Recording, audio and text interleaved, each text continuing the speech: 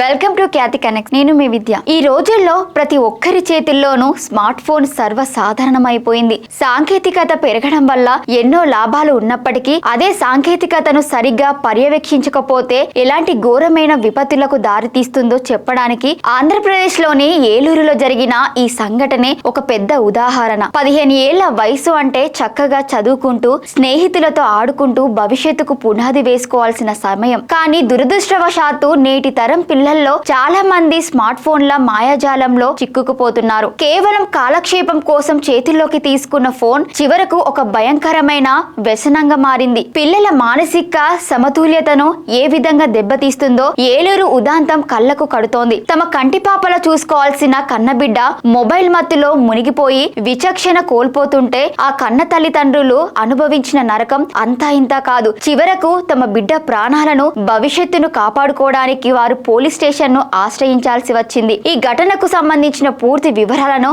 మనం లోతుగా పరిశీలిద్దాం.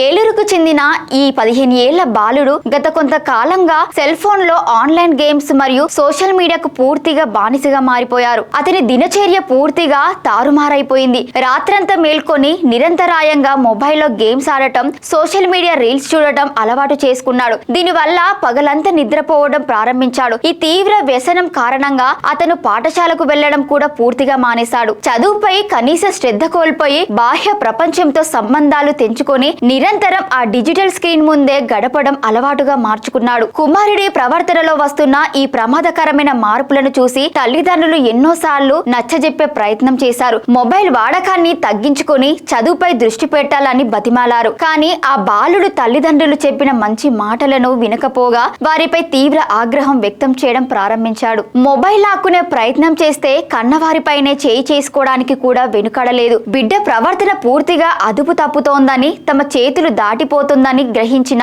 ఆ పేరెంట్స్ గుండె కోతతో పోలీసుల వద్దకు వెళ్లారు. మొబైల్ వ్యసనంతో కొట్టుమిట్టాడుతున్న కుమారుడు భవిష్యత్తుపై ఆందోళన చెందిన ఆ తల్లిదండ్రులు ఏలూరు మహిళా పోలీస్ స్టేషన్ లోని శక్తి టీం పోలీసులను ఆశ్రయించి రాతపూర్వకంగా ఫిర్యాదు చేశారు. ఈ ఫిర్యాదు తీవ్రతను అర్థం చేసుకున్న పోలీసులు తక్షణమే స్పందించారు. సిఐ సుబ్బారావు నేతృత్వంలోని పోలీసు బృందం క్షేత్రస్థాయికి వెళ్లి ఆ బాలుడిని సున్నితంగా పోలీస్ స్టేషన్ కు తీసుకువచ్చారు. పోలీస్ స్టేషన్ లో తల్లిదండ్రుల సమక్షంలోనే ఆ బాలుడికి ప్రత్యేక కౌన్సిలింగ్ నిర్వహించారు. మొబైల్ గేమ్స్ వల్ల జీవితం ఏ విధంగా నాశనం అవుతుందో, కన్నవారిని గౌరవించాల్సిన బాధ్యత ఏంటో పద్ధతిగా వివరించారు. అయితే ఆ బాలుడి మానసిక స్థితిని, తీవ్రమైన అడిక్షన్ లక్షణాలను గమనించిన పోలీసులు కేవలం మాటల కౌన్సిలింగ్ ద్వారా ఈ వ్యసనాన్ని దూరం చేయడం సాధ్యం కాదని గుర్తించారు. బాలుడికి మరింత వృత్తిపరమైన వైద్య సహాయం అవసరమని భావించి తల్లిదండ్రుల అంగీకారంతో ఏలూరు ప్రభుత్వ ఆసుపత్రిలో ఉన్న డి అడిక్షన్ సెంటర్ కు తరలించి అక్కడ చేర్పించారు. అక్కడ నిపుణులైన వైద్యుల పర్యవేక్షణలో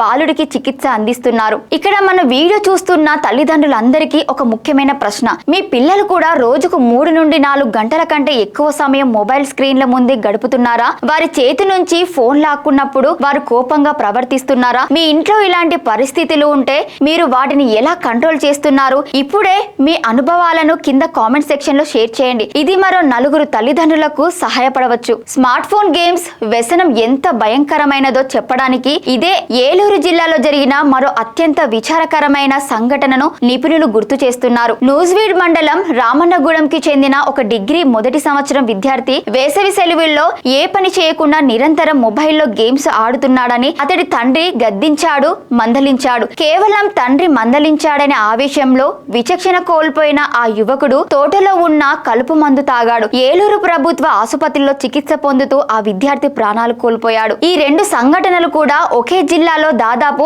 ఒకే సమయంలో వెలుగులోకి రావడం సమాజానికి, ముఖ్యంగా తల్లిదండ్రులకు ఒక గట్టి హెచ్చరిక లాంటిది. పిల్లలు మొబైల్ గేమ్స్ ఆడేటప్పుడు వారి మెదడులో డోపమైన్ అనే రసాయనం విపరీతంగా విడుదలవుతోంది. దీనివల్ల వారు ఒక రకమైన డిజిటల్ మత్తులో ఉంటారు. ఆ సమయంలో వారిని ఆపినా, మందలించినా వారు విపరీతమైన కోపానికి, ఆవేశానికి లోనవుతారని వైద్య నిపుణులు స్పష్టం చేస్తున్నారు. మొబైల్ వ్యసనానికి కొన్ని స్పష్టమైన లక్షణాలు ఉంటాయని, మానసిక నిపుణులు మరియు ఏలూరు పోలీసులు తెలియజేస్తున్నారు. సామాజిక సంబంధాల నుంచి పిల్లలు దూరం కావడం, ఒంటరిగా గడపడానికి ఇష్టపడటం, చదువులో వెనుకబడటం, నిద్రలేమి సమస్యలు ఎదుర్కోవడం, చిన్న చిన్న విషయాలకే విపరీతమైన ఆగ్రహవేశాలు ప్రదర్శించడం వంటివి మొబైల్ వ్యసనానికి ప్రధాన సంకేతాలుగా భావించవచ్చు. ఇటువంటి లక్షణాలు కనిపించినప్పుడు తల్లిదండ్రులు వెంటనే అప్రమత్తం కావాలి. పిల్లల ప్రవర్తనపై నిరంతరం ఒక కన్నేసి ఉంచాలని, వీలైనంత వరకు వారిని మొబైల్ కి దూరంగా ఉంచేలా జాగ్రత్తలు తీసుకోవాలని పోలీసులు విజ్ఞప్తి చేస్తున్నారు. పిల్లలకు స్మార్ట్ ఫోన్ల స్థానంలో శారీరక శ్రమ కల్పించే